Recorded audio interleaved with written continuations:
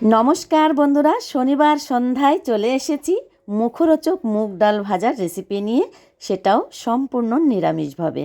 তো দেখুন বন্ধুরা, এখানে নিয়েছি আমি মুগ ডাল, সোনা মুগ ডাল। তো ডালটা আমি একটা বাটিতে ঢেলে নিচ্ছি আর ভালো করে ধুয়ে নিয়ে চলে এসেছি। এই দেখুন, একেবারে পরিষ্কার করে ধুয়ে নিয়েছি। তো এখন আমি 1 ঘন্টা এই ডালটাকে ভিজিয়ে রেখে দেবো। তো চলে এসেছি 1 ঘন্টা পরে। বন্ধুরা দেখুন, ডালটা আপনারা দেখেই বুঝতে পারছেন একটা ফুলে 4টে হয়েছে।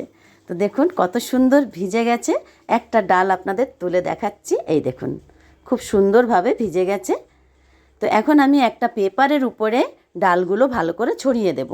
ছড়িয়ে দিয়ে এই ডাল থেকে যতটা পারবো জল শুকিয়ে নেব। আপনাদের হাতে যদি টাইম থাকে আপনারা পাখার নিচে দিয়েও কিন্তু জলটা শুকিয়ে নিতে পারেন। আমার হাতে একটু টাইম কম, তো তাই আমি রুমাল দিয়ে ভালো করে জলটা মুছে নিচ্ছি। এই দেখুন, যতটা পারা যায় এই রুমাল দিয়ে আমি ভালো করে মুছে নিচ্ছি। একেবারে শুকনো করার দরকার নেই, মোটামুটি শুকনো হলেই হবে। এই দেখুন বন্ধুরা, আমি একটু শুকনো করে নিয়েছি আর হাতে দেখুন একটুও জল লেগে নেই। তা আমি হাতা দিয়ে তুলে নিয়ে চলে যাব সোজা গ্যাসের কাছে। আগের থেকে কড়াইতে একটু সাদা তেল আমি গরম করে নিয়েছি আর দিয়ে দিচ্ছি একটা চা চাকা ছেঁকনি আর 1 হাতার মতন ডাল দিয়ে দিচ্ছি। এই ছাঁকনির মধ্যে ডাল দিয়ে ভাজার একটাই কারণ, সমানে একরকমভাবে ডালটা ভাজা হয়। আর যদি খালি কড়াইতে ডাল দিয়ে ভাজেন তাহলে কিন্তু তোলার সময় অনেক সময় ওঠাতেই পুড়ে যায়। তার জন্য আমি এই ছেঁকনির মধ্যে ডাল দিয়ে ভেজে নিয়েছি। তো আপনারা একটা জিনিস দেখে নেবেন বন্ধুরা, আমি কিন্তু ক্যামেরা এদিক ওদিক কোথাও করিনি, একই রকমভাবে ডালটা আমি ভেজে নিয়েছি আর ডালটা কিন্তু ভাজা একেবারে কমপ্লিট হয়ে গেছে। এখন আমি তেল ছেঁকে একটা প্লেটে ঢেলে নেব।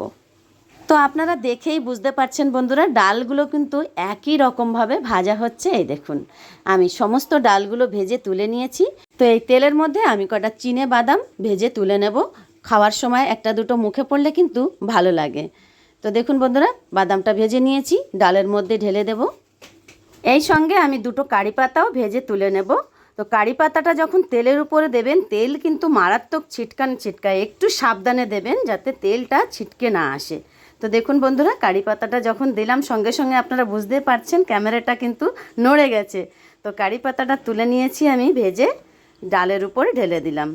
তো ডালগুলো সব ভেজে নিয়ে কিছুক্ষণ ধরে একটু ঠান্ডা করে নিয়েছি। তারপরে দিয়ে দিচ্ছি পরিমাণ মতো বিট লবণ আর একটুখানি লাল লঙ্কার গুঁড়ো দিয়ে ভালো করে মেখে নিচ্ছি। তো বন্ধুরা, নিরামিষের দিন মুগ ডাল ভিজিয়ে নিয়ে এইভাবে বাদাম আর কারি পাতা দিয়ে ভেজে নিতে পারেন। আর আপনাদের দেখাচ্ছি, দেখুন বন্ধুরা, এই ডালের মধ্যে কোনো এক্সট্রা তেল নেই। এই দেখুন, আমার হাত কিন্তু একেবারে পরিষ্কার, কোনো রকম তেল লেগে নেই। তো বন্ধুরা, ভিডিওটা আজ আমি এখানেই রাখছি। আপনারা কে কোথার থেকে আমার এই ভিডিও দেখছেন অবশ্যই ছোট্ট একটা কমেন্ট করে জানাবেন। সবাই ভালো থাকুন, দেখা হবে নেক্সট ভিডিওতে।